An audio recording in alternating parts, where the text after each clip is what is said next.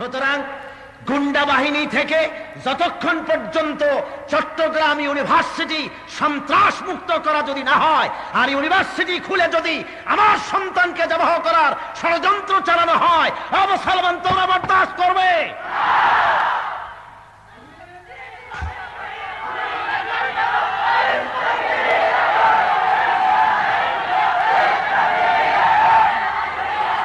সুতরাং কোন ক্রমে যদি এই সন্ত্রাসকে প্রশ্রয় দেওয়া হয়, তাহলে এর জন্য যে অপ্রীতিকর ঘটনা ঘটবে তার জন্য সম্পূর্ণ দায় দায়িত্ব গ্রহণ করতে হবে বর্তমান অবৈধ সরকারের। কথা বুঝতে পেরেছেন? সুতরাং আজকে বলতেছিলাম, কোরআনের আইন ছেড়েছি যেখানে, বিপদে পড়েছি সেখানে। আসুন, গতকালও আমি আপনাদের সামনে আলোচনা করেছি কোরআন থেকে। লোকেরা বলে কোরআন শরীফের তাফসীরের মাহফিলে বিশ্ববিদ্যালয়ের কথা, অস্ত্রের কথা আসে কেন? এই জন্য আসে যে কোরআন কোনো বৈরাগ্য ধর্ম নিয়ে আসে নাই। কোরআন এসেছে মানুষের জন্ম থেকে শুরু করে মৃত্যু পর্যন্ত তার জীবনের প্রতিটি অঙ্গনকে অন্ধকার মুক্ত করে কোরআনের আলোর দিশা দেওয়ার জন্য। জোরে বলেন সুবহানাল্লাহ।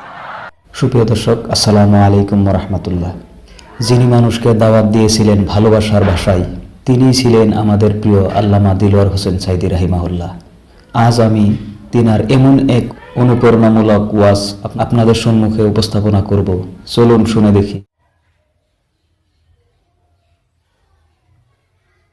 মোহতারাম জনাব সাহেবে সদর, হাজারাত উলামায়ে কেরাম, সম্মানিত সুধী মণ্ডলী, উপস্থিত আমার দিনদার ইমানদার মুসলমান ভাইয়েরা, পর্দার আড়ালের মা ও বোনেরা, আসসালামু আলাইকুম ওয়া রাহমাতুল্লাহি ওয়া বারাকাতুহু।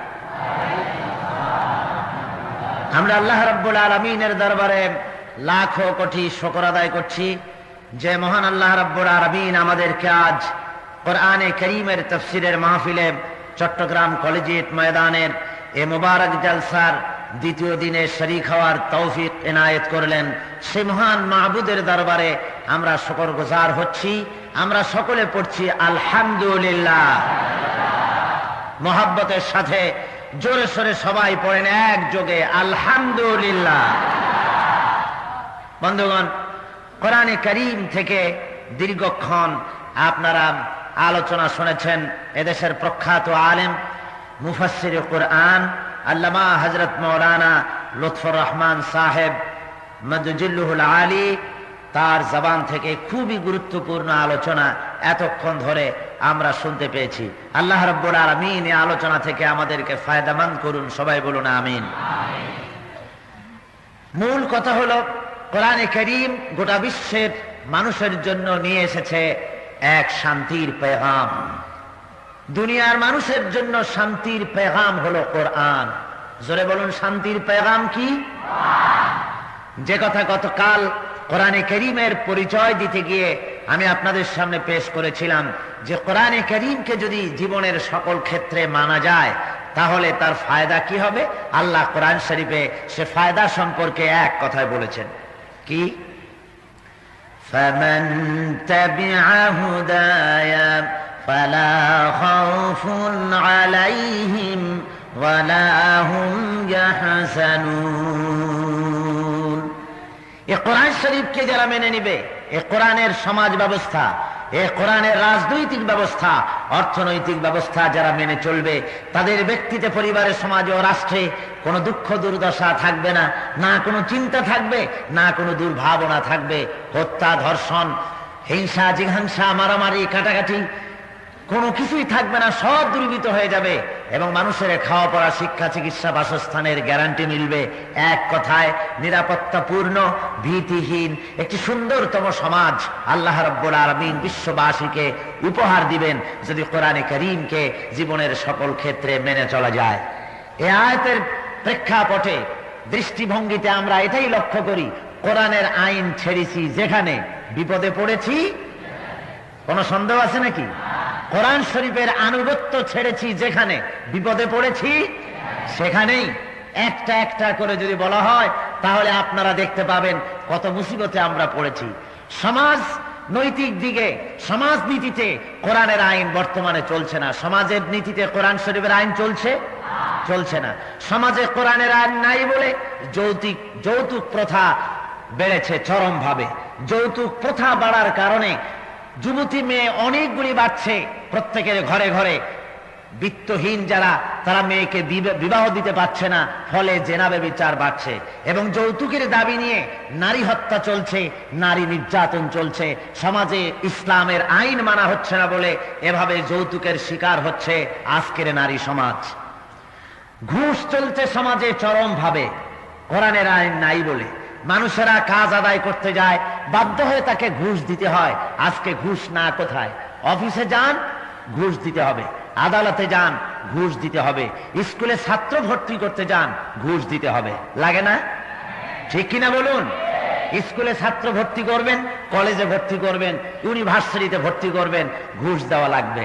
তারপরে আপনি এক টেবিল থেকে আর এক টেবিলে ফাইলটা একটুখানি নাড়াবেন, এই অফিসারের সামনে থেকে অন্য অফিসারের টেবিলে ফাইল বলবে আমাকে চায়ের পয়সা না দিলে আমি নড়বো না। ফাইলকে ঘুষ দিতে হবে।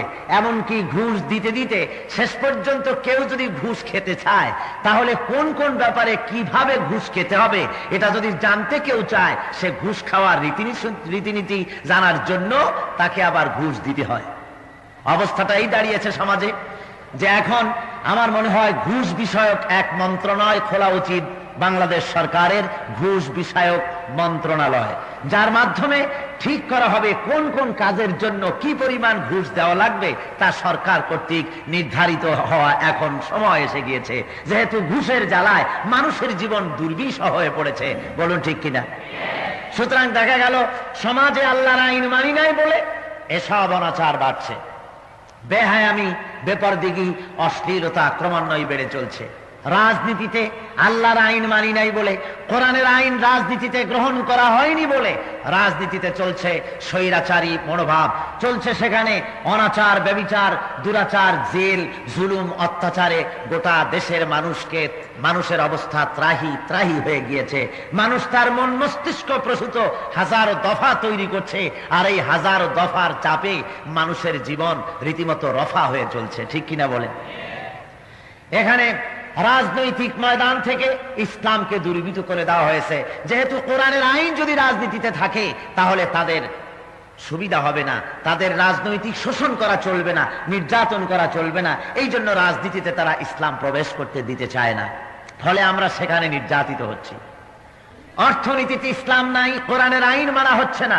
অর্থনীতিতে কোরআনের আইন না মানার কারণে, না থাকার কারণে আজকে কৃষক, শ্রমিক, মেহনতি জনতা, মানুষেরা কষ্টে, সুদের চাপে খেই হারিয়ে ফেলছে। কথা কি ঠিক না মিথ্যা? অর্থনীতিতে কোরআনের আইন নাই বলে, ইসলামের আইন নাই বলে আজকের চরম দুরবস্থার সৃষ্টি হয়েছে। এখানেই শেষ নয়, শিক্ষানীতিতেও কোরআনের আইন মানা হয়নি। শিক্ষানীতিতে কোরআনের আইন আছে? জোরে বলুন, আছে? শিক্ষানীতিতে কোরআনের আইন আজ নাই বলে অবস্থা এই হয়েছে, কলেজ ইউনিভার্সিটিগুলিতে, শিক্ষাঙ্গনগুলিতে জেনারেল এডুকেশন যেখানে শিক্ষা দেওয়া হয়, সেই জায়গাগুলি থেকে আমাদের মুসলমান ছেলেগুলি সত্যিকারের মুমিন মুসলমান না হয়ে সেখান থেকে বেরোচ্ছে কি লক্ষ্য করুন। কলেজে ইউনিভার্সিটিতে পড়াশোনা করার পর আমরা আশা করেছিলাম এমন এমন ছেলে বেরোবে যারা ঘুষ খাবে না, জেনা ব্যভিচারে যাবে না, চুরি ডাকাতি করবে না, জেনা ব্যভিচার করবে না, ভালো হবে, সদাচারী হবে, তারা সত্যবাদী হবে, দেশকে সঠিকভাবে পরিচালিত করার জন্য সঠিক নেতৃত্ব দেওয়ার যোগ্যতা তারা লাভ করবে। কিন্তু আমাদের আশা অনুরূপ প্রোডাকশন আজকের কলেজ ইউনিভার্সিটিগুলি কি দিতে পারছে? পারছে না।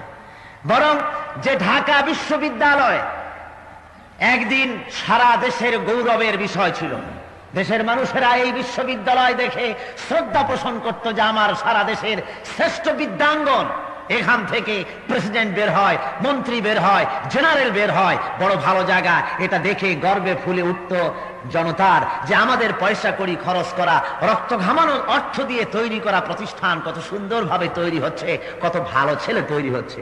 সেই ইউনিভার্সিটির সামনে দিয়ে এখন যদি দিনে দুপুরে কেউ পায়ে হাঁটে যায়, তাহলে খুব দ্রুত গতিতে হাঁটতে থাকে।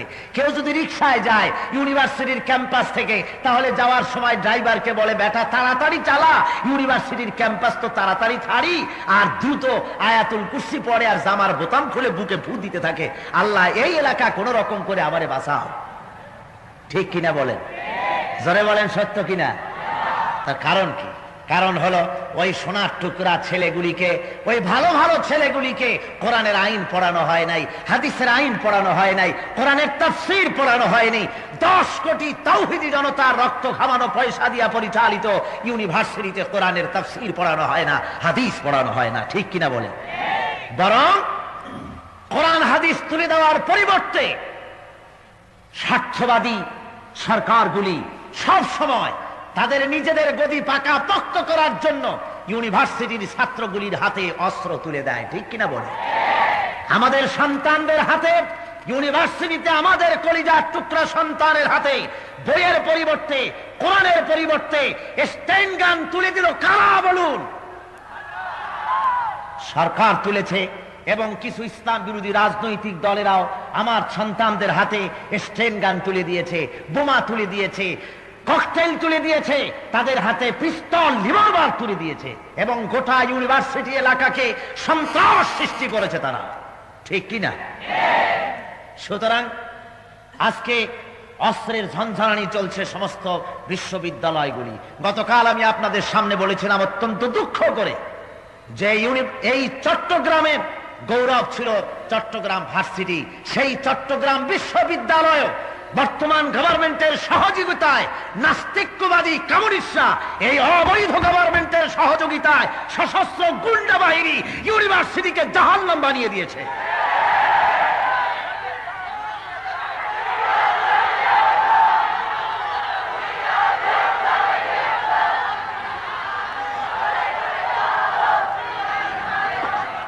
এখন সেই ইউনিভার্সিটিগুলিতে নাস্তিকবাদী কমিউনিস্টরা তারা ইউনিভার্সিটি খোলার দাবি করছে। আমরা খবর রাখি, দেশের অবস্থা জানি। গুন্ডা বাহিনী, সশস্ত্র গুন্ডা ভরে দিয়ে তারা দাবি করতেছে ইউনিভার্সিটি খুলে দেওয়া হোক। তার মানে হলো বিগত 1 বছর এত শান্তিপূর্ণভাবে পরিচালিত হয়েছে, ওদের সহ্য হয় নাই। এখন অস্ত্র দিয়ে সেখানে গুন্ডা বাহিনী পুষে, এরপরে ছাত্র ছাত্রীদেরকে সেখানে প্রবেশ করার খুলে দিয়ে তারপরে তাদেরকে হত্যাযজ্ঞ তারা চালাবে। কি বলেন, ঠিক না? সুতরাং গুন্ডা বাহিনী থেকে যতক্ষণ পর্যন্ত চট্টগ্রাম ইউনিভার্সিটি সন্ত্রাস মুক্ত করা যদি না হয়, আর ইউনিভার্সিটি খুলে যদি আমার সন্তানকে জবাহ করার ষড়যন্ত্র চালানো হয়, মুসলমান তোমরা বরদাস্ত করবে?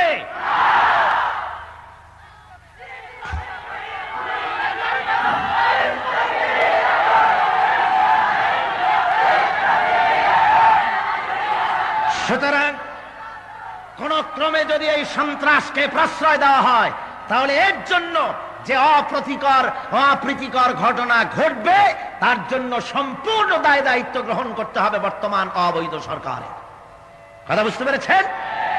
সুতরাং আজকে বলতেছিলাম, কোরআনের আইন ছেড়েছি যেখানে, বিপদে পড়েছি সেখানে। আসুন, গতকালও আমি আপনাদের সামনে আলোচনা করেছি কোরআন থেকে। লোকেরা বলে কোরআন শরীফের তাফসীরের মাহফিলে বিশ্ববিদ্যালয়ের কথা, অস্ত্রের কথা আসে কেন? এই জন্য আসে যে কোরআন কোনো বৈরাগ্য ধর্ম নিয়ে আসে নাই। কোরআন এসেছে মানুষের জন্ম থেকে শুরু করে মৃত্যু পর্যন্ত তার জীবনের প্রতিটি অঙ্গনকে অন্ধকার মুক্ত করে কোরআনের আলোর দিশা দেওয়ার জন্য। জোরে বলেন সুবহানাল্লাহ। সুতরাং কোরআনে কারীম থেকে আসুন সরাসরি আলোচনা করা যাক, আল্লাহ রাব্বুল আলামিন আমাদেরকে কি বলছেন, শান্তি প্রতিষ্ঠার লক্ষ্যে আমাদেরকে আল্লাহ কি বলছেন। আজকে যেখান থেকে আমি আলোচনা করব, এই জায়গাটি ইসলামী আন্দোলন যারা করেন, যারা কোরআনের আইন দেশে চালু করতে চান তাদের জন্য, এবং যারা ইসলাম বিরোধী, ইসলামী রাজনীতি যারা বরদাস্ত করতে পারেন না, এই উভয় শ্রেণী লোকদের জন্য অত্যন্ত জরুরি আজকে যেখান থেকে আমি আলোচনা করব। সকলের অত্যন্ত মনোযোগ সহকারে এই 2 শ্রেণীর লোকদের জন্য কথা আল্লাহ এই রুকুটিতে বলেছেন। আমি গতকাল কোন সূরা থেকে আলোচনা করেছিলাম?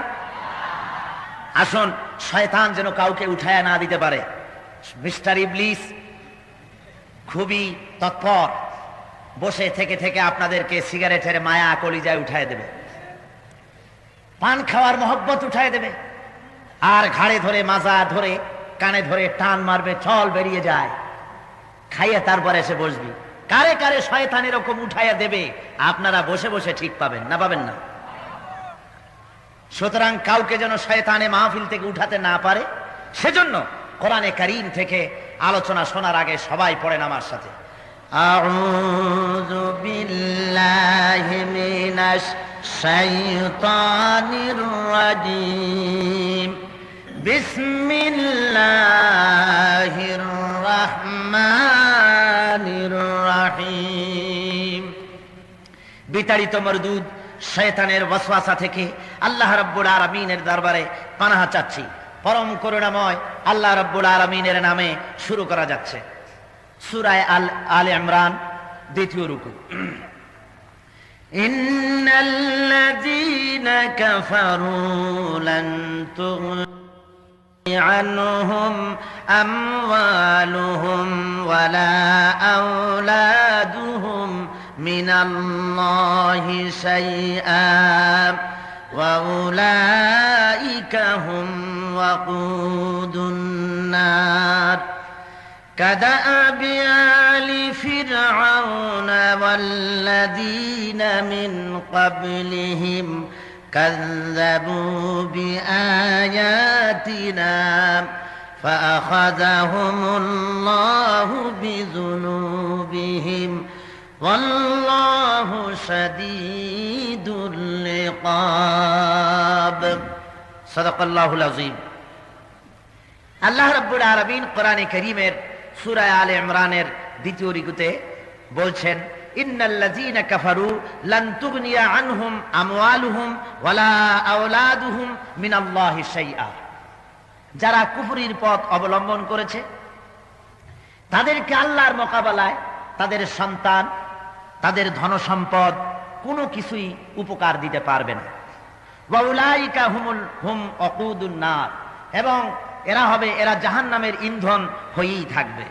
কাদাআবি আলে ফিরআউনা ওয়াল্লাযীনা মিন ক্বাবলিহিম, এদের পরিণতি ঠিক সেই ফেরাউন এবং তার সঙ্গী সাথী আর তাদের পূর্ববর্তী যারা আল্লাহর সঙ্গে নাফরমানি করেছিল তাদের মতোই হবে। কাযযাবু বিআয়াতিনা, তারা আমার আয়াতকে মিথ্যা মনে করেছিল। ফাখাযাহুমুল্লাহু বিযুনুবিহিম, এরপরে আল্লাহ তাদেরকে পাকড়াও করলেন তাদের অপরাধের কারণে। ওয়াল্লাহু শাদীদুল ইকাব, আর আল্লাহ রাব্বুল আলামিন শাস্তি দানের ব্যাপারে অত্যন্ত কঠোর। এ হলো আয়াতের শাব্দিক অর্থ। এখানে কুফর সম্পর্কেও দুটো জিনিস, একটি হলো ঈমান আর একটি হলো কুফর।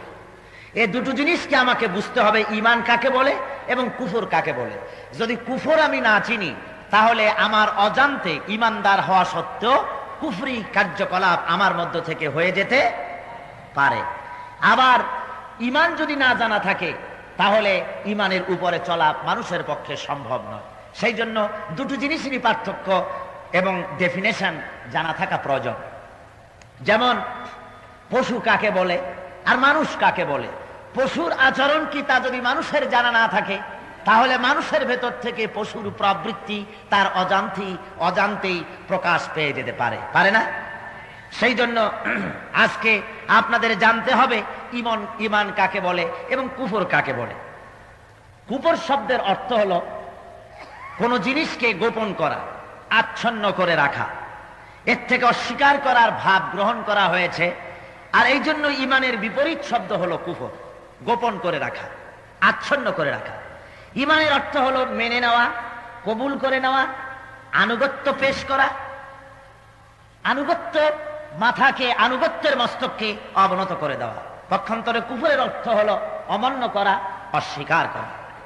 এখন কোরআনের দৃষ্টিতে কুফরির আচরণ কয়েক প্রকার হতে পারে। এই আচরণগুলি যদি আপনি বোঝেন তাহলে আপনি বুঝতে পারবেন কোনটি কুফর এবং কোনটি ঈমান। কুফরের যে সমস্ত নমুনা রয়েছে কোরআনের দৃষ্টিতে, সে নমুনাগুলি হলো এই যে আল্লাহকে একেবারেই না মানা, এটা হলো কুফরির আলামত। অথবা আল্লাহর সার্বভৌমত্ব, ক্ষমতা, সার্বভৌমত্বের একমাত্র মালিক আল্লাহ রাব্বুল আলামিন, এ কথা মানতে অস্বীকার করা, এগুলি হলো কুফরির আচরণ। অথবা কুফরির আচরণ এটাও হতে পারে, আল্লাহকে মানে অথচ তার বিধান মানে না, বলে যে আল্লাহকে মানি কিন্তু তার বিধানকে মেনে চলে না, এটাও কুফরির একটি আচরণ। আবার আল্লাহর বিধান অনুযায়ী চলা উচিত মনে মনে ভাবে, কিন্তু মুহাম্মদ সাল্লাল্লাহু আলাইহি ওয়াসাল্লামের নবুয়ত এবং তার প্রদর্শিত পথে চলতে তারা রাজি না, এটাও কুফরির আলামত। আবার এটিও একটি কুফরির আলামত হতে পারে যে আল্লাহ রাব্বুল আলামিনকে মানি, তার নামাজও পড়ি, তার জন্য রোজাও রাখি, কিন্তু তার তৈরি করা আইন, তার তৈরি করা বিধান, তার তৈরি করা শাসন, কোরআনের আইনকে মানতে অস্বীকার করা, এগুলি সব কুফরির আচরণের মধ্যে পড়ে যায়। এ ধরনের চিন্তা ও কর্ম পদ্ধতিকে খোদাদ্রোহিতার শামিল বলা হয়েছে। কোরআনের পরিভাষায় এগুলি কি কুফর বলা হয়েছে। কোরআনে কারীম কাফেরদের আচরণ সম্পর্কে বিভিন্ন জায়গায় যে সমস্ত আয়াত এনেছে, কুফরি কাকে বলে এই আয়াতগুলির ব্যাখ্যা শুনলে আপনাদের বুঝতে কষ্ট হবে না। কোরআন শরীফের প্রথম পারায় আল্লাহ এই কুফরি সম্পর্কে বলছেন, কাইফা তাকফুরুনা বিল্লাহি ওয়া কুনতুম আমওয়াতান ফাআহইয়াকুম সুম্মা ইউমীতুকুম সুম্মা ইউহয়ীকুম সুম্মা ইলাইহি তুরজাউন। আল্লাহ রাব্বুল আলামিন বলেন, তোমরা সেই মহান আল্লাহর সাথে কেমনে কুফরির আচরণ কিভাবে করতে পারো? তোমরা ছিলে মৃত্যু, আমি নিষ্প্রাণ অবস্থা থেকে তোমাদেরকে জিন্দা করেছি, এরপরে আবার তোমাদেরকে মৃত্যু করব, আবার তোমাদের জিন্দা করব, এমনি করে তোমাদের সকলকে আমার কাছে আসতে হবে। আল্লাহ বলতে চান, তোমরা তো মৃত্যু ছিলে, নিষ্প্রাণ মাটি ছিল তোমার অস্তিত্ব, মাটির ভিতরে ছিলে, এই মাটির ফসলগুলি এর দ্বারা তোমার উৎপত্তি হয়েছে স্বামী স্ত্রীর মিলনের মাধ্যমে। আল্লাহ রাব্বুল আলামিন মাতৃগর্ভের ভিতরে ওই নিষ্প্রাণ মাটির উপাদান দিয়ে মাতৃগর্ভের ভিতরে তোমার জন্ম দিয়েছেন, তোমাকে সৃষ্টি করেছেন। এক ফোঁটা নাপাক পানিকে রক্তে জমাট রক্তে পরিণত করে দিয়ে ওই জমাট রক্তকে গোশত বানিয়ে গোশতগুলিকে আবার সুন্দর করে হাড়ের উপরে ছাউনি দিয়া মানুষের আকৃতি তোমাকে তৈরি করলেন। এরপরে দুনিয়ায় আনার পর তোমার কৈশোর গেল, যৌবন গেল, এরপরে তোমাকে পৌরত্ব দান করলেন, তারপরে দুনিয়া থেকে বিদায় করলেন, আবার তুমি মরে যাবে, আবার কিয়ামতের ময়দানে তোমাদের সকলকে আল্লাহ রাব্বুল আলামিন উঠাবেন। এমন আল্লাহর সাথে কুফরির আচরণ কেমন করে করতে পারলে? তোমার স্রষ্টা তো তিনি। সুতরাং অবিশ্বাসী যারা, তারা নিসীম অন্ধকারে ঘুরপাক খেতে থাকে, তারা সোজাভাবে আল্লাহকে চিনতে পারে না, আল্লাহকে চিনতে তারা চায় না।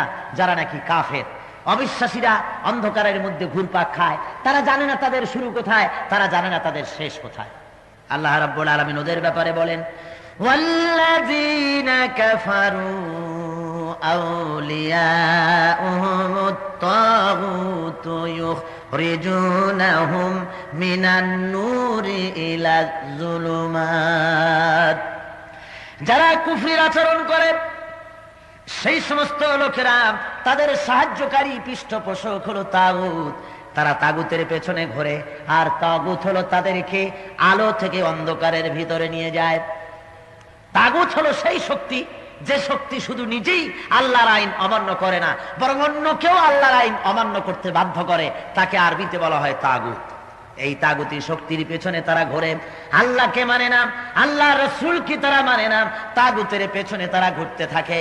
আর ওই তাগুত, তাদেরকে আলো থেকে, তাওহীদের আলো থেকে অন্ধকারের মধ্যে ঢুকিয়ে দেয়।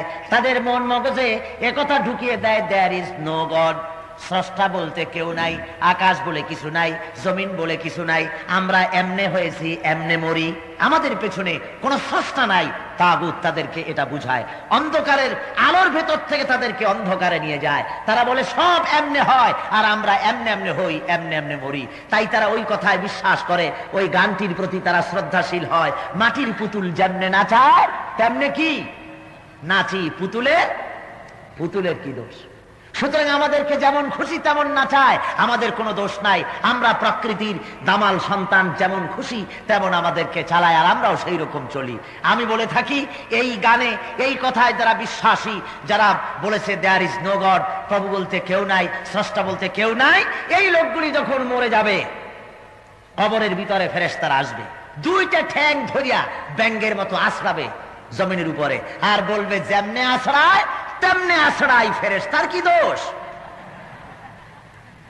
সুতরাং তাগুত তাদেরকে আলোর ভিতর থেকে অন্ধকারের মধ্যে নিয়ে যায়। এই জন্য কাফেরদেরকে পৃথিবীর নিকৃষ্ট সৃষ্টি বলে আল্লাহ উল্লেখ করেছেন। যারা মহাসত্যকে অস্বীকার করেছে, আল্লাহ রাব্বুল আলামিনকে অস্বীকার করেছে, স্রষ্টাকে যারা মানতে চায় নাই, আল্লাহ কোরআনে কারীমের ভাষায় তাদেরকে বলেছেন পৃথিবীর নিকৃষ্ট জীব।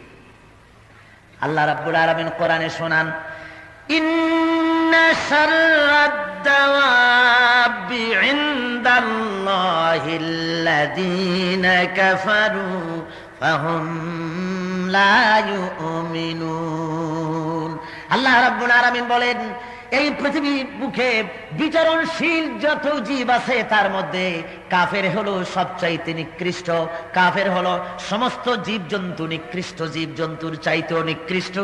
যেহেতু তারা ঈমান আনে নাই, তারা বিশ্বাস করে নাই, তারা বিশ্বাস করতে চায় না, আল্লাহ রাব্বুল আলামিনের আইনের উপরে তারা শ্রদ্ধাশীল নয়, আল্লাহর উপরে তারা বিশ্বাসী নয়। সুতরাং সমস্ত চতুষ্পদ জানোয়ারের চাইতেও তারা নিকৃষ্ট, যারা আল্লাহকে অস্বীকার করেছে, যারা মহাসত্যকে অস্বীকার করেছে। কাফেরেরা দোজাহানি ক্ষতিগ্রস্ত, এখানেও তারা ক্ষতিগ্রস্ত হবে এবং আখিরাতে পরকালেও তারা ক্ষতিগ্রস্ত হবে।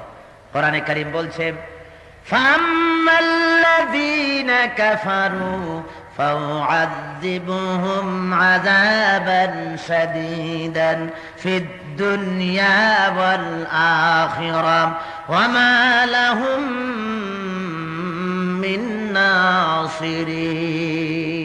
আল্লাহ রাব্বুল আলামিন বলেন, যারা মহাসত্যকে অস্বীকার করেছে, যারা আল্লাহকে মানে নাই, দিনকে অস্বীকার করেছে, তারা ইহকালেও এবং পরকালেও ক্ষতিগ্রস্ত হবে। কঠিন শাস্তি তাদের জন্য রয়েছে এবং আল্লাহর ওই শাস্তি থেকে তাদেরকে মদত করতে পারবে, সাহায্য করতে পারবে এমন কেউ জমিনেও নাই, আকাশেও কেউ নাই।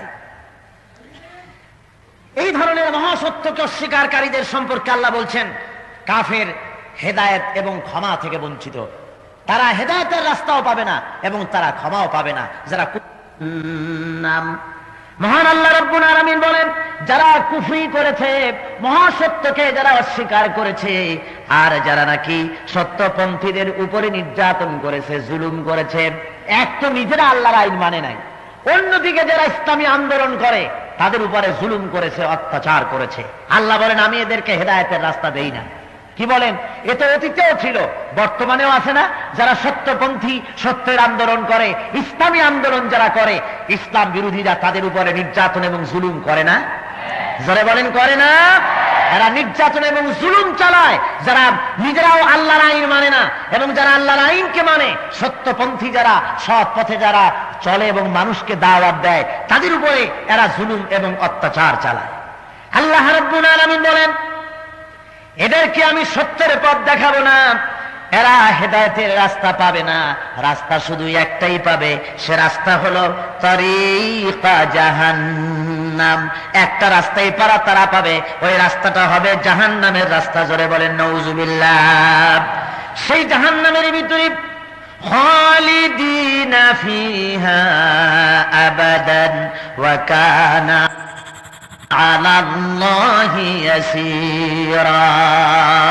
চিরস্থায়ী ভাবে তারা এই জাহান্নামের ভিতরে বসবাস করবে এবং তাদেরকে এই জাহান্নামে দিতে শাস্তি দেওয়া আল্লাহ রাব্বুল আলামিনের জন্য খুবই সহজ, মোটেই কঠিন কোনো কাজ নয়।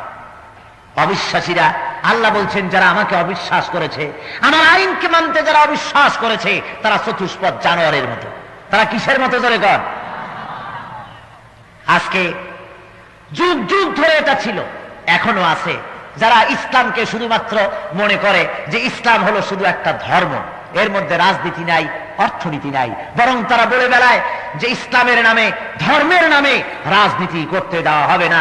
ধর্মকে, রাজনীতিকে, রাজনীতির ভিতরে ধর্ম এনে ধর্মকে অপবিত্র করা হয়েছে। কি বলেন? এই জাতীয় কথা বলে না? ওরা বলে ধর্মের নামে রাজনীতি চলবে না। আমিও বলি ধর্মের নামে রাজনীতি চলবে না। কোন ধর্ম? হিন্দু ধর্ম দিয়ে রাজনীতি চলবে না। তার কারণ বেদের মধ্যে কোথাও নাই, বেদ দাবি করে নাই যে আমার ভিতরে অর্থনীতি আছে, আমার ভিতরে সমাজনীতি আছে, আমার ভিতরে রাজনীতি আছে। বেদ কি কথা দাবি করেছে? আছে তার মধ্যে অর্থনীতি, সমাজনীতি? বেদ দাবি করে নাই বাইবেল দাবি করে নাই, ত্রিপিটক, জিন্দা বিস্তার, তাহতিকি, দুনিয়ার কোন ধর্মগ্রন্থ দাবি করে নাই যে আমার ভিতরে রাজনীতি আছে, অর্থনীতি আছে, আমি চালাইতে পারি, রাজনীতি করতে পারি। একথা কেউ ক্লেম করে নাই, কেউ দাবি করে নাই। কিন্তু একখানা কিতাব দাবি করেছে আমার ভিতরে অর্থনীতি আছে, রাজনীতি আছে, সমাজনীতি আছে, শিক্ষানীতি, যুদ্ধনীতি, পররাষ্ট্রনীতি, সব নীতিমালা দিয়া আমার বুক ভর্তি, আমি পারি। শুধু রাজনীতি করতে পারি না, বরং দুনিয়ার বুকে শ্রেষ্ঠ রাজনীতি করে দুনিয়ার মানুষকে দেখাই দিতে পারি। সেই কিতাবের নাম কি? কি নাম? কোরআন। কোরআন বলে আমি পারি রাজনীতি করতে। জোরে বলেন সুবহানাল্লাহ। রাজনীতি দিয়ে আমার বুক ভর্তি। কে বলে ইসলামের রাজনীতি নাই? একমাত্র বেঈমান বলতে পারে। যারা বলেন কে বলতে পারে? যার ঈমান নাই। আল্লাহ রাব্বুল আলামিন বলেন ওই সমস্ত মানুষগুলি যারা আমার কথা মানে না, আমার মহাসত্যকে যারা অস্বীকার করেছে, আমার কোরআনের আইন মানতে যারা অস্বীকার করেছে, ওরা হলো চতুষ্পদ জানোয়ারের মতো। কিসের মতো? وَمَثَلُ الَّذِينَ كَفَرُوا كَمَثَلِ الَّذِي يَنْعِقُ بِمَا لَا يَسْمَعُ إِلَّا دُعَاءً وَنِدَاءً। আল্লাহ রাব্বুল আলামিন বলেন কাফিরদের মিসাল হলো সেই সব জানোয়ারের মতো, মহাসত্যকে অস্বীকারকারী লোকদের মিসাল হলো, দৃষ্টান্ত হলো সেই সব চতুষ্পদ জন্তু আর জানোয়ারের মতো, যাদের রাখাল তাদেরকে ডাকে আর ওই পশুগুলি শুধু একটা আওয়াজ শোনে আর কিছুই শোনে না। রাখাল গরুকে ডাক দিচ্ছে, গরুর পাল চলে যায়, ছাগলের পাল, ভেড়ার পাল চলে যেতেছে, পিছন থেকে রাখাল ডাক দিতেছে। ওই গরু, ছাগল ইত্যাদি তার রাখালের আওয়াজ ছাড়া কি বলে তা কি বোঝে? জোরে বলেন বোঝে? বোঝে না। আল্লাহ বলেন সুম্মুন বুকুমুন উমিয়ুন ফাহুম লা ইয়াকিলুন। এরা বধির, বোবা, অন্ধ, এই কারণে কোনো কিছুই এরা অনুধাবন করে না। অর্থাৎ এই কথা দিয়ে আল্লাহ রাব্বুল আলামিন মানুষকে বুঝাতে চাচ্ছেন যে মানুষদের অবস্থায় যে ইসলামী আন্দোলনের দাওয়াত যখন দেওয়া হয়, লোকেদের নিকট ইসলামের দাওয়াত এর প্রচার যখন করা হয়, তখন মনে হয় যেন এরা মানুষ না, এরা যেন কতগুলি পশুর মতো শুধু আওয়াজ শোনে, কিন্তু কি বলা হচ্ছে সেটা অনুধাবন করে না। এজন্য তারা পশুর মতো, কি বলা হচ্ছে তা বোঝে না। তাফসীরের মাহফিলে আসে, কোরআন শোনে, দীর্ঘক্ষণ বসার জায়গা না পাইয়া দাঁড়াইয়াও থাকে, তারপরে যাওয়ার সময় মন্তব্য করে গেছিলাম তো তাফসীর শুনতে, শুনে আসলাম রাজনীতি। কি বলেন, আছে না? জোরে কোন আছে কিনা? শুনে আসলাম রাজনীতি। কোন তো দেখি এ মানুষ আপনি বুঝাবেন কি করে? আল্লাহ বলেন রাজনীতি আমি শিখাইছি, অর্থনীতি, রাজনীতি, সমাজনীতি সব রয়েছে কোরআনের ভিতরে। সুতরাং সে কথা আলোচনা করা হবে, তারা বুঝতে চাইবেন না। আল্লাহ রাব্বুল আলামিন বলেন অবিশ্বাসীদের সকল চেষ্টা সাধনা সব নিষ্ফল হয়ে যাবে যারা আমার আইনকে বাদ দিয়া, কোরআনের রাজনীতিকে বাদ দিয়ে যারা মনে করবে অমুকের তৈরি করা রাজনীতিতে শান্তি আছে, পুঁজিবাদী আইনে শান্তি আছে, সমাজবাদী আইনে শান্তি আছে, ন্যাশনালিজমে শান্তি আছে, শান্তি আছে ধর্ম নিরপেক্ষতাবাদে, এমনি করে বিভিন্ন মতবাদে শান্তি আছে বলে যারা মনে করে, আল্লাহ ওদের দৃষ্টান্ত কোরআনে কারীমের মধ্যে সুন্দর করে বলছেন ওয়াল্লাযীনা কাফারু আমালুহুম কাসারাবিন বিকিআতিন ইয়াহসাবুহুল যামআনু মা। কি সুন্দর করে আল্লাহ বুঝাচ্ছেন, ওয়াল্লাযীনা কাফারু আমালুহুম কাসারাব। আল্লাহ বলছেন যারা মহাসত্যকে অস্বীকার করেছে, আমার কোরআনকে অস্বীকার করেছে, আমার ইসলামের আইনকে মানতে যারা অস্বীকার করেছে এবং অন্যের তৈরি করা মতবাদে শান্তি আছে বলে যারা মনে করেছে, তারা কি রকম? তারা হলো মরীচিকার মতো ধুধু প্রান্তরের মধ্যে যে দেখা যায় পানি চিকচিক করছে, ওরা মনে করে সেখানে বুঝি পানি। মরুচারী যেমন পথ চলতে গিয়ে তৃষ্ণার্ত হয়ে দূরে মনে করে পানি, আর সেই পানি যাকে মনে করেছিল তার কাছে যেতে যেতে পা দুটো ফুলে যায়, কষ্ট হয়। আর যখন তৃষ্ণার্ত, পিপাসার্ত হয়ে এক গলা তৃষ্ণা নিয়ে যখন সেই যেটাকে পানি মনে করেছিল তার কাছে যখন আসে, আল্লাহ রাব্বুল আলামিন বলেন হাত্তা ফাইদা জাআহু লাম ইয়াজিদহু শাইআ। যখন পানিটাকে মনে করেছিল তার কাছে যখন আসে, তখন এসে দেখে কিছুই না, শুধু মায়া মরিচিকা। এটা কি? মরিচিকা। যেমন আপনারা দেখেন দ্বিপ্রহরের রোদ্রে চৈত্র মাসে ফাল্গুন মাসে পিচ ঢালা রাস্তা দিয়ে যদি যেতে যান, তাহলে রাস্তার উপরে যেন পানি চিকচিক করছে দেখা যায়। আপনারা এরকম দেখেন নাই? মরুভূমিতে এগুলি বেশি দেখা যায়। মরুভূমির ভিতরে চলতে গেলে আমরা যখন মক্কা শরীফ থেকে মদিনা মুনাওয়ারায় যখন গাড়িতে করে গিয়েছি, তখন দেখছি দূরে যেন পানি। আশ্চর্য হয়েছি, প্রথম যে বছর গেছি বললাম এই মরুভূমির ভিতরে জলাশয় কোত্থেকে এলো? ড্রাইভার বললো না, জলাশয় না, কাছে গিয়ে দেখবেন কিছুই না। সত্যি যখন কাছে গেলাম, ওর কাছের থেকে যখন অতিক্রান্ত হচ্ছি, তখন যে দেখলাম বালু আর বালু, আসলে পানি বলে কিছুই নাই। কি সুন্দর দৃষ্টান্ত আল্লাহ দিচ্ছেন। যারা অবিশ্বাসী মনে করে অমুক মতবাদে শান্তি, অমুক তন্ত্রে মন্ত্রে শান্তি, যখন সেটা তারা নিজেরা কায়েম করে, এই শান্তির পথের কাছে যখন যায়, নিজেদের উপরে যখন প্রতিষ্ঠা করে, হাত্তা ইযা জাআহু লাম ইয়াজিদহু শাইআ, কিছুই পায় না, পায় শুধু গ্লানি, পায় শুধু কষ্ট, পায় শুধু অশান্তি। আর মরিচিকা, আর মরিচিকা, সেখানে পানি বলতে কিছু নাই, তৃষ্ণা সেখানে আরো বেড়ে যায়। যেমন পৃথিবীর বিভিন্ন রাষ্ট্রগুলি সমাজতন্ত্র প্রতিষ্ঠার জন্য চেষ্টা করেছে। রাশিয়া করেছিল, চীন করেছিল, বহু চেষ্টার পর কমিউনিজম সেখানে কায়েম করেছিল, চীনের বুকে, রাশিয়ার বুকে।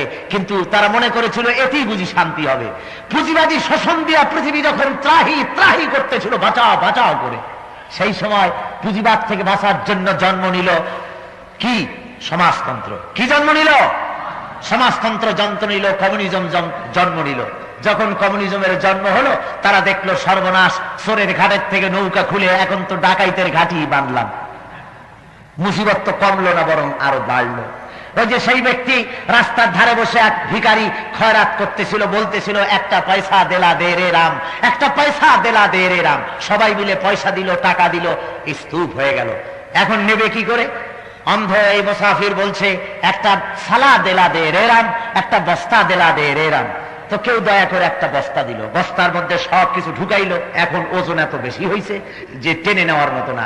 তখন সে বলছে একটা ঘোড়া দেলা দে রে রাম। এখন ঘোড়া কে দিবে? ঘটনা চক্রে এক সিপাহী ঘোড়ার উপরে সওয়ার হয়ে যাচ্ছিল, তার একটা ঘোড়ার বাচ্চা নিয়ে সে মুসিবতে ছিল। এই বাচ্চাটা কি করে নেয়? ঘোড়া চালাবে না, বাচ্চা রাখবে, মুসিবত। তখন শুনতে পায় ঘোড়া এই রাস্তার পাশেই একজন চিল্লাচ্ছে আর বলছে একটা ঘোড়া দেলা দে রে রাম। সিপাহী ঘোড়ার থেকে নেমেই ওই লোকটার পাছার উপরে দুটো বাড়ি মেরেছে। উঠেছে, স্যার কি করবো? এই ধর ঘোড়া, যে ঘোড়া চাচ্ছিল ধর ঘোড়া। ঘোড়া ধরেছে, কয় কি করবো? ঘাড়ে উঠা। ঘোড়ার বাচ্চা ঘাড়ে উঠালো, চল আমার সাথে। এখন ঘোড়ার বাচ্চা সাথে নিয়ে হাঁটতেছে, কষ্টে চোখ দিয়া পানি পড়ছে আর বলছে উল্টা সমঝিলি রে রাম। আমি বলছিলাম যে ঘোড়া একটা তুমি দিবা, ঘোড়ার পিঠের উপরে সওয়ার হয়ে আমি পয়সা দিয়ে বাড়ি যাব, আর এখন জীবন্ত একটা ঘোড়া আমার কান্দের উপরে উঠাই দিলাম। পুঁজিবাদী শোষণের নির্যাতন থেকে বাঁচার জন্য তৈরি হয়েছিল সমাজতন্ত্র। লোকেরা ভেবেছিল খুব শান্তি পাবো, দেখলো শান্তিতে দূরের কথা, গোটা দেশটা জাহান্নাম হয়েছে, বিরাট জেলখানায় পরিণত হয়ে গিয়েছে, শান্তি নাই। সে কথা, সেই শান্তি সমাজতন্ত্রীদের সেই স্বর্গ কাহিনী আস্তে আস্তে করে পরে বলা যাবে। এখন আল্লাহ রাব্বুল আলামিন বলছেন যে ওরা এগুলিকে মনে করে যে খুব শান্তি পাবো। আল্লাহ বলেন এগুলি মরিচিকা। এগুলি কি? মরিচিকার মতো। অবিশ্বাসীদের মৃত্যু হবে অভিশপ্ত মৃত্যু। যারা নাকি আল্লাহকে স্বীকার করেছে, তাদের মৌত হবে কিসের মৌত? অভিশপ্তের মৌত। কিসের মৌত? জোরে বলেন। আল্লাহ রাব্বুল আলামিন কোরআনে কারীমের মধ্যে ইরশাদ করেন, ইন্নাল্লাযীনা কাফারু ওয়া মাতু ওয়া হুম কুফফারুন উলাইকা লানাতুল্লাহি ওয়াল মালাইকাতি ওয়ান নাসি আজমাইন। যারা আমার সত্যকে অস্বীকার করেছে, আমার কোরআনের আইন যারা মানে নাই, আমি আল্লাহ কি যারা অস্বীকার করেছি, তাদের মৃত্যু হবে কুফরি অবস্থায়। যদি তাদের মৃত্যু হয়ে যায়, তাহলে আল্লাহ বলেন গোটা আল্লাহর লানাত, ফেরেশতাদের লানাত, আর গোটা পৃথিবীর মানব মণ্ডলীর লানাত তাদের উপরে। জোরে বলেন নাউযুবিল্লাহ। গোটা বিশ্বের লানাত তাদের উপরে, যারা কুফরি অবস্থায় যারা মারা যায়, মহাসত্যকে অস্বীকারকারী অবস্থায় যারা মারা যাবে। কাফেরেরা এই ধরনের কুফরি যারা করবে, আল্লাহর আইনকে মানতে যারা অস্বীকার করবে, তাদের ব্যাপারে কোরআনে কারীমের এই কথাগুলি আপনাদের সামনে বলা হলো। আল্লাহ রাব্বুল আলামিনের পরে বলছেন, কাদাআবি আলি ফিরআউনা ওয়াল্লাযীনা মিন ক্বাবলিহিম কাযযাবু বিআয়াতিনা ফাআখাযাহুমুল্লাহু বিযুনুবিহিম ওয়াল্লাহু শাদীদুল ইকাব। এদের পরিণতি হবে ঠিক সেই ফেরাউন এবং সাথী সঙ্গীদের মতো। আর ফেরাউনের পূর্বে যারা এসেছিল, পূর্ববর্তী যারা আল্লাহর দ্বীনের সঙ্গে নাফরমানি করেছে, ওদের যে অবস্থা আল্লাহ করেছেন, বর্তমান যুগেও যারা কোরআনের আইনের সাথে বিরোধিতা করবে, আল্লাহ সেই হাসর ওদেরও করে দিবেন। পারবেন না আল্লাহ করতে? কি বলেন, জোরে বলেন, পারবেন না করতে? ফেরাউনকে যে আল্লাহ চুবায়ে মেরেছেন দরিয়ার ভিতরে, নমরুদকে যে আল্লাহ জুতা পেটা করে এই পৃথিবী থেকে মুছে ফেলেছেন, সে আল্লাহ রাব্বুল আলামিন নাই? নাগের তুলনায় বয়স বেড়ে যাওয়ার কারণে চোখে কম টম দেখে। নাউযুবিল্লাহি মিন যালিক। আল্লাহ যেমন ছিলেন তেমন আছেন এবং ভবিষ্যতেও থাকবেন। সুতরাং ওদের পরিণতি আল্লাহ ওই ফেরাউন এবং তার সাথী সঙ্গীদের যেমন করেছিলেন, মহাসত্যকে যারা স্বীকার করবে তাদের অবস্থা তাই করবে। সুতরাং আমার যুবক ছেলেরা, কলেজ ইউনিভার্সিটির ছাত্ররা, ভালো করে শুনে নাও, আল্লাহর আইনকে অস্বীকার করলে পরিণতি অত্যন্ত খারাপ হয়ে যাবে। মহান আল্লাহ রাব্বুল আলামিন বলেন, কুল লিল্লাযীনা কাফারু সাতুগলাবুনা ওয়া তুহশারুনা ইলা জাহান্নাম ওয়া বিইসাল মিহাদ। হে নবী, হে মুহাম্মদ সাল্লাল্লাহু আলাইহি ওয়াসাল্লাম, আপনি আপনার দাওয়াতকে যারা মেনে নিতে অস্বীকার করেছে তাদেরকে বলেন, সাতুগলাবুনা, সেদিন বেশি দূরে নয়। হে অবিশ্বাসীরা, হে মহাসত্যের অস্বীকারীরা, হে কোরআনের আইনের বিরোধিতাকারীরা, হে ইসলামী আন্দোলনের বিরোধী শত্রুরা, শুনে রাখো, সাতুগলাবুন, সেদিন বেশি দূরে নয় যেদিন তোমরা পরাজয় বরণ করবে আর ইসলাম বিজয়ের ভূমিকা পালন করবে। সেদিন বেশি দূরে নয়। আর ইসলামকে আল্লাহ একদিকে বুলন্দ করবেন, বিজয়ী করবেন, ওয়া তুহশারুনা ইলা জাহান্নাম, এবং তোমরা যারা ইসলামী আন্দোলনের বিরোধিতা করেছিলে তোমাদেরকে তাড়িত করা হবে জাহান্নামের দিকে। কোন দিকে? জোরে বলেন, কোন দিকে?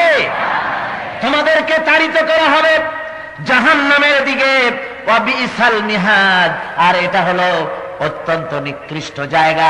এর চাইতে খারাপ জায়গা, জাহান্নামের মতো খারাপ জায়গা আর কিছুই হতে পারে না। কাফেররা চেয়েছিল ইসলামকে মক্কি জিন্দেগিতে মুহাম্মদ রাসূলুল্লাহ সাল্লাল্লাহু আলাইহি ওয়াসাল্লামকে মক্কার জীবনী শেষ করে দেবে, কিন্তু আল্লাহ রাব্বুল আলামিন দেখিয়ে দিলেন ওই কাফেররা শেষ হলো, নবীজিকে তারা শেষ করতে পারে না, ইসলামকে শেষ করতে পারে নাই। কোরআনে কারীমের মধ্যে আল্লাহ বলেন, ইউরিদুনা লিয়ুতফিউ নূরাল্লাহি বিআফওয়াহিহিম ওয়াল্লাহু মুতিম্মু নূরিহি ওয়ালাউ কারিহাল কাফিরুন। ওরা চায়, ওই কাফিররা চায় মুখের ফু দিয়ে আল্লাহর আলোকে নির্বাপিত করে দেবে, দ্বীনকে বুঝায় দেবে, ইসলামকে মিটায় দেবে। আল্লাহ বলেন, আমি আমার দ্বীনকে পূর্ণতা দান করব, তাতে কাফির বেঈমানদের মনের ভিতরে যত জ্বালা যন্ত্রণা হোক না কেন। জোরে বলেন সুবহানাল্লাহ, জোরে বলেন সুবহানাল্লাহ। আল্লাহ পূর্ণতা দান করবেন। কে করবেন পূর্ণতা দান? ওদের মনে যত জ্বালা যন্ত্রণা হোক। এ শব্দের অর্থ কি? এর অর্থ হলো ওরা ইসলামী আন্দোলন মানুক আর নাই মানুক, ইসলাম তার পূর্ণতার দিকে এগিয়ে যাবে। জোরে কোন আলহামদুলিল্লাহ। এই সামান্য একটা মাহফিল দিয়ে আপনারা দেখেন না, একটি মাহফিল থেকে দৃষ্টান্ত নেন আল্লাহ কিভাবে কামিয়াব করবেন। এই মাহফিলকে বন্ধ করার জন্য চেষ্টার কোনো কমতি করা হয় নাই, ঠিক কিনা? জোরে বলেন ঠিক কিনা? এই মাহফিলে যাতে লোক না হয় সেজন্য মাইকিং করতে দেওয়া হয় নাই। এই শহরে নানা ধরনের মাইকিং হচ্ছে, কিন্তু তাফসীরের মাহফিলের মাইকিং করতে দেয় নাই। শুধু তাই নয়, লোকেরা যাতে মাহফিলে আসতে না পারে, আমার বক্তব্য শুনতে না পারে, সেজন্য আমি গ্রেফতার হয়েছি এ খবর ছড়ানো হয়েছে, গতকাল আপনারা এসে শুনেছেন। তারপরে নানা ধরনের অপবাদ, অপপ্রচার ছাপায়া ঘরে ঘরে পৌঁছায় দেওয়া হয়েছে। চেষ্টা কি কম হয়েছে নাকি? চেষ্টা কম হয়েছে? কিন্তু তারপরেও আল্লাহ রাব্বুল আলামিন মাহফিলকে, কোরআনের ইজ্জতকে 16 কলায় পূর্ণ করেছেন। জোরে বলেন সুবহানাল্লাহ। আল্লাহ রাব্বুল আলামিন এই কথাটিকে সূরা তাওবার মধ্যে আল্লাহ এভাবে বলতেছেন, ইউরিদুনা আইয়ুতফিউ নূরাল্লাহি বিআফওয়াহিহিম ওয়া ইয়াবাল্লাহু ইল্লা আইয়ুতিম্মা নূরাহু ওয়ালাউ কারিহাল কাফিরুন। ওই কাফির বেঈমানেরা চায় আমার দিনকে দুনিয়া থেকে মিটায় দেবে, আমার দিন দুনিয়া থেকে নিশ্চিহ্ন করে দেবে। আল্লাহ বলেন, আমি আমার দিনকে পূর্ণতা দান করব, যতদিন পর্যন্ত দিন পূর্ণ না হয় আমি কিছুতেই দিন পূর্ণ না করে ছাড়বো না। জোরে বলেন সুবহানাল্লাহ। দিনের পূর্ণতা আল্লাহ ওয়াদা করছেন, আমি পূর্ণ করব। কার ওয়াদা? আল্লাহ রাব্বুল আলামিন বলছেন, এই দিনকে আমি পূর্ণতা দান করব, সুতরাং এটাকে কেউ ঠেকাতে পারবে না। ওরা চেয়েছিল মুহাম্মদ সাল্লাল্লাহু আলাইহি ওয়াসাল্লামকে হত্যা করবে, চায় নাই? কাফির বেঈমানেরা নবীজির ঘরের চতুর্দিকে দাঁড়ায় গেছে, আল্লাহ নবীকে বিদায় করে দেবে, হত্যা করবে, এজন্য ঘরের চতুর্দিকে দাঁড়ায় গেছে। হযরতে জিবরাইল গভীর রাত্রে হুজুরের কাছে এসে বলেন, আসসালামু আলাইকা ইয়া রাসূলুল্লাহ। হুজুর, আপনাকে আল্লাহ সালাম বলেছেন, আপনাকে হিজরতের জন্য মদিনার দিকে যাওয়ার জন্য আল্লাহ রাব্বুল আলামিন অর্ডার করেছেন। আপনার ঘরের চতুর্দিকে কাফির বেঈমানেরা আপনাকে হত্যা করার জন্য দাঁড়িয়ে আছে। নবীজি ঘরের থেকে বেরোলেন, চতুর্দিকে কাফের দাঁড়ানো, এক মুষ্টি বালু হাতে করে নিয়ে আসা, হাতের ওযু পরে দম করে ছেড়ে দিলেন। বালুগুলো চতুর্দিকে কাফেরদের চোখে চলে গেল। কাফেরেরা দুই আঙ্গুল দিয়ে চোখ রগড়াতে লাগলো, আর এই ফাঁকে আল্লাহ তার হাবিবরে সরাইয়া দিলেন, একটা কাফেরও দেখতে পেল না। পরবর্তী সময় আল্লাহ রাব্বুল আলামিন নবীজিকে স্মরণ করিয়ে দিয়ে বলেন, ওয়া মা রামাইতা ইয রামাইতা ওয়ালাকিন্নাল্লাহ রামা। ও নবী, আপনি নিক্ষেপ করেন নাই, যখন আপনি নিক্ষেপ করেছিলেন আপনি তো শুধু কিছু বালু ছেড়ে দিয়েছিলেন, আর ঘরের চতুর্দিকে সমস্ত কাফেরদের চোখে বালুকণা পৌঁছে দেওয়ার দায়িত্ব আমার কুদরত গ্রহণ করেছিল। চেয়েছে রাসূলকে হত্যা করতে, কিন্তু রাসূলকে হত্যা করা সম্ভব হয় নাই। হয়েছে? হয় নাই। রাসূলকে ওরা হত্যা করতে পারেনি, বরং আল্লাহ রাব্বুল আলামিন হুজুরকে তার সম্মান ও মর্যাদা গোটা বিশ্বব্যাপী দিয়েছেন। যে আবু জেহেল রাসূলকে মারতে চেয়েছিল, ওর গোষ্ঠী খতম হয়ে গিয়েছে। আজকে কেউ আবু জাহেলের বংশে বেঁচে নাই একথা বলার সাহস নিয়ে যে আবু জাহেল আমার নানার খালাতো ভাইয়ের শ্বশুর, আমি তার আত্মীয় একজন, একথা বলার সাহস আছে কারো? জোরে বলেন, সাহস আছে? কারো সাহস নাই। বরং ওর বাড়িতে, ওরে আল্লাহ বিদায় করেছেন, ওর বাড়িতে 1000 খানেক পায়খানা বানায় দেওয়া হয়েছে। দুনিয়ার মুসলমানেরা হজ করতে যায় আর মনের সুখে ওর বাড়িতে পায়খানা করে আসে। ইতিহাসে নিন্দনীয় হয়ে চিত্রিত হয়ে থাকবে যতদিন এই পৃথিবী বেঁচে থাকবে। তাকে আল্লাহ শেষ করেছেন। ইসলামের শত্রুদেরকে এভাবে আল্লাহ বিদায় করেন। ইসলামের সাথে যারা শত্রুতা পোষণ করেন আর ইসলামের সপক্ষে যারা কাজ করেন, আল্লাহ তাদেরকে ইজ্জত বাড়িয়ে দেন। জোরে বলেন সুবহানাল্লাহ। দেখেন না কোথায় সম্রাট আকবর, আকবর মরে গেল, কয়জন যায় তার কবরের কাছে? আর সে সম্রাট আকবর ছিল দিল্লীশ্বর যাকে বলা হয়, হ্যাঁ, ওদের কথায় বলা হয় দিল্লীশ্বর, আকবরে আজম। এত বড় বিরাট শাহেনশাহ, জিল্লিলাহি বলে তাকে ডাকা হতো। তাকে জালাল, আকবরের জালাল বলা হতো, তাকে কত সম্মান দেওয়া হতো। সেই আকবর দুনিয়া থেকে বিদায় হয়েছে, কেউ যায় না তার কবরের কাছে। কিন্তু আজমিরে গিয়ে দেখুন, ফকির শুয়ে আছেন সেখানে, হযরতে খাজা মঈনুদ্দিন চিশতি আজমিরি রাহমাতুল্লাহ আলাইহি, কবরের কাছে দিন নাই রাত নাই 365 দিন আল্লাহর বান্দারা জিয়ারত করতেছে। সুবহানাল্লাহ। সুতরাং ইসলামী আন্দোলনের সাথে, আল্লাহর দ্বীনের সাথে যারা বিরোধিতা করবে আল্লাহ তাদেরকে জিল্লত দিবেন, আর যারা আল্লাহর দ্বীনের সহযোগিতা করবেন আল্লাহ তাদেরকে কি দিবেন? সম্মান দান। আল্লাহ রাব্বুল আলামিন বলেন, قد كان لكم آية في فئتين التقتا فئة تقاتل في سبيل الله وأخرى كافرة يرونهم مثليهم العين والله يؤيد بنصره من يشاء إن في ذلك لعبرة لأولي الأبصار। সেই দুই দল লোকেদের মধ্যে ওদের শিক্ষণীয় অনেক নিদর্শন ছিল। যে দুই দল বদরের প্রান্তরে যুদ্ধে লিপ্ত ছিল। ফিআতুন তুকাতিলু ফি সাবিলিল্লাহ, একদল লড়াই করতেছিল আল্লাহর পথে, ওয়া উখরা কাফিরাতুন, আর একদল ছিল কাফের। ইয়ারানাহুম মিসলাইহিম, আল্লাহ বলেন চক্ষুষ্মান লোকেরা স্পষ্ট তো দেখতে পাচ্ছিল যে মুসলমানদের চাইতে কাফেররা হলো দ্বিগুণ। এরপরে আল্লাহ রাব্বুল আলামিন নিজের ইচ্ছায় যাকে যে দলকে খুশি তিনি সাহায্য করলেন, জয়ী করলেন। আর এর মধ্যে কোন জিনিস থেকে উপদেশ গ্রহণ কেবল তারাই গ্রহণ করতে পারে যারা বুদ্ধিমান, যারা জ্ঞানবান। এই আয়াতের দ্বারা আল্লাহ রাব্বুল আলামিন এই কথা বোঝাতে চাচ্ছেন। বদরের যুদ্ধের কিছুদিন পরে আয়াত নাজিল হয়। এখন এই যুদ্ধে আল্লাহ রাব্বুল আলামিন মুসলমানদের শিক্ষা দিচ্ছেন যে তোমরা লক্ষ্য করে দেখো, এর মধ্যে কতগুলি শিক্ষা রয়েছে। কাফেররা যেভাবে সম্মুখীন হয়েছিল তাতে উভয়ের নৈতিক চরিত্র সম্পর্কে মানুষের কাছে স্পষ্ট হয়েছে। কাফেরেরা আসছে, তাদের শিবিরে মদের স্রোত, গায়িকা বেহায়া অশ্লীল নর্তকীর অশ্লীল নাচ চলতেছে, সেখানে গান চলতেছে, মদ চলতেছে, জেনা চলতেছে। আর একদিকে মুসলমানদের শিবির, সেখানে মুসলমানেরা আর একটা দিক, সেখানে দেখা যাচ্ছে মুসলমানেরা কাঁদতেছে, সেখানে নামাজ, সেখানে রোজা, সেখানে আল্লাহর কাছে প্রার্থনা, সেখানে চোখের পানি, এই নৈতিকতার মান সেখানে দেখা যাচ্ছে। আবু জেহেল মক্কা শরীফ থেকে যখন বিদায় হয়, সেখান থেকে যখন আসে, হাজারেরও বেশি সৈন্য নিয়ে এসেছে, আর মুসলমান এসেছে মাত্র 313 জন। বদরের প্রান্তরে লড়বে, রাতের আধারে ওরা মদ, জুয়া, নারী নিয়ে ব্যস্ত, আর এদিকে মুসলমানেরা আল্লাহর কাছে কাঁদাকাঁদিতে ব্যস্ত।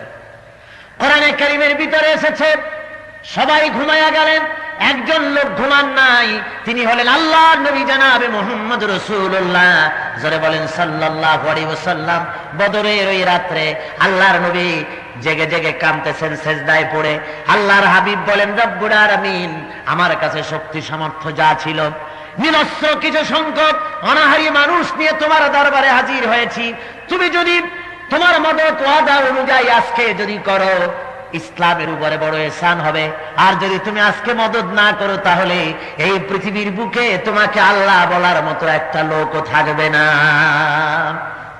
সারা রাত ধরে রাসূলে পাক দোয়া করলেন, সাহাবায়ে কেরাম কান্দাকাটি করলেন। মুসলমানেরা যুদ্ধ করে অস্ত্রের জোরে না, কিসের জোরে? ঈমানের জোরে। জোরে কর না, কিসের জোরে? রোমান সৈন্যদের সঙ্গে যুদ্ধ হচ্ছে মুসলমানদের। রোমকরা কোন রকমই কুলাতে পারে না, কোন রকমই টিকতে পারছে না মুসলমানদের সামনে। এখন উপায়, গভীর রাত্রে প্রধান সেনাপতি লোক পাঠিয়ে দিল, দেখো গিয়া মুসলমানদের সঙ্গে কেন পারি না, কারণটা কি? রাতের বেলার অবস্থাটা দেখে আসো। গোয়েন্দা বিভাগের লোক ভিতরে ঢুকলো, ঢুকে তারা ফিরে এলো সকালবেলায় ফিরে এসে রোমক সেনাপতির কাছে রিপোর্ট করলো, হুম বিল্লাইলি রাহবানুন ওয়া বিন্নাহারি ফুরসানুন। আমি এমন এক বাহিনীর কাছে গিয়েছিলাম যাদেরকে দিনের বেলায় দেখি বীর বিক্রমে ঘোড়ার পৃষ্ঠে সওয়ার হয়ে লড়াই করতেছে, যাদের তরবারির সামনে কোন রকম টেকা যায় না। রাতের আধারে আমাদের শিবির গুলিতে তো মদ চলে, নারী চলে, জেনা চলে, তাসপাসা, জুয়া চলে। আর আমি ওদের কাছে গিয়ে দেখলাম দিনের বেলায় ঘোড় সওয়ার হয়ে বিপুল বিক্রমে যারা লড়ে, রাতের আধারে তাদের শিবিরে যায় দেখলাম, আহারে রাতের বেলায় কেউ তারা সেজদায় পড়ে আছে, কেউ কোরআন তেলাওয়াত করতেছে, কেউ দাঁড়িয়ে দাঁড়িয়ে কাঁদতেছে, কেউ হাত তুলে চোখের পানি ফেলে আল্লাহর কাছে সাহায্য কামনা করতেছে। রোমক সেনাপতি বলল, ওগো আমার সাথী সঙ্গীরা, যেই জাতি দিনের বেলায় বীরের মতো যুদ্ধ করে আর রাতের আধারে তার প্রভুর সঙ্গে এভাবে অন্তরের যোগাযোগ কায়েম করে, রাতের আধারে কান্দে আর বিজয়ের জন্য আল্লাহর কাছে কামনা করে, তাদের সঙ্গে অস্ত্রের লড়াইতে কোনোদিন পারা যাবে না। অস্ত্রের লড়াই করে তাদেরকে পরাজিত করা যাবে না। লোকেরা প্রশ্ন করলো, কি করলে হবে? বলল, একটাই পথ, এ মুসলমানদের ঠেকাবার কোনো পথ নাই। পথ একটা, যেহেতু তারা অস্ত্রের বলে লড়াই করে না, তারা সৈন্যের বলে লড়াই করে না, তারা লড়াই করে কিসের বলে? সুতরাং তাদের ঈমান নষ্ট করে দাও, একটাই পথ, তাদের চরিত্র ধ্বংস করে দাও, এটা ছাড়া আর কোনো পথ নাই। সেই চরিত্র ধ্বংসের পালা সেই দিন থেকে চলে আসছে আজ পর্যন্ত। আমার ছেলেদেরকে ঈমান নষ্ট করে দেওয়ার পরিকল্পনা সব জায়গায় চালু আছে, আছে না? আমাদের ছেলেদের যদি চরিত্র থাকতো, 10 কোটি তৌহিদি জনতার দেশ, এদেশে ইসলাম হবে না তো কোথায় হবে? পৃথিবীতে কোন জমিনে ইসলাম হবে?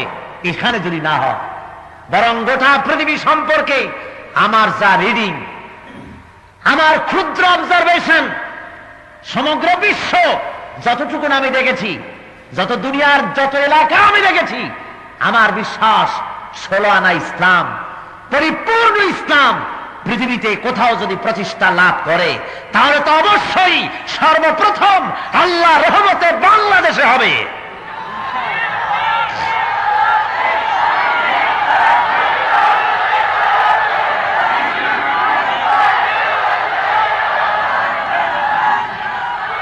সেই ইসলামী বিপ্লব ত্বরান্বিত হতো যদি আমার ছেলের চরিত্র ভালো থাকতো। আমার সমস্ত ছেলেগুলির চরিত্র ভালো থাকলে সে বিপ্লব অতি তাড়াতাড়ি হয়ে যেত, ঠিক কিনা কম? কিন্তু ওরা জানে আমার ছেলেগুলি ঈমান নষ্ট না করে দিলে তারা জয়ী হতে পারবে না, তাই তারা কি করে? আমার ছেলেগুলির হাতে অস্ত্র তুলে দেয়, ঠিক কিনা কম? আমার ছেলেগুলির হাতে নারী দিয়ে দেয়, তাদের মদ, জুয়া, জেনাবে বিচারের পথ উন্মুক্ত করে দেয়। ছেলেদের হাতে আজকে খুর উঠেছে, চাইনিজ কুড়াল পকেটে। হায় হায়, ছাত্রদের দেখলে যেখানে কলেজায় সুখ আসবে, সেখানে তাদের চেহারা সারা রাত কি যেন খাইয়া চোখ দুইটা থাকে লাল, বিরাট চুল, বড় বড় নখ, তারপরে দুই দিক থেকে চুল কামানো, অথবা পিছনের দিকে সামনের চাইতে চুল অনেক বড়, যেগুলাকে মডার্ন নাম রাখা হয়েছে পাঙ্ক। এই ছেলে প্রতিবাসে রাস্তায় চলতে গেলে যদি দেখা হয়, মানুষেরা কয় আল্লাহ কোন রকম করে বাঁচাও, 2 জগ পানি খাইলে কোন রকম কলিজা ঠান্ডা হয়। ছেলেগুলিকে আমার নষ্ট করে দিল, সহশিক্ষা দিয়ে, অস্ত্র দিয়ে, চাইনিজ কুড়াল দিয়া ছেলে নষ্ট করে দেওয়া হয়েছে। আগে শুনতাম খুর থাকে নাপিতের কাছে, খুর কার কাছে থাকে? আর এখন খুর বহন করার জন্য ইউনিভার্সিটিতে পড়তে হয়।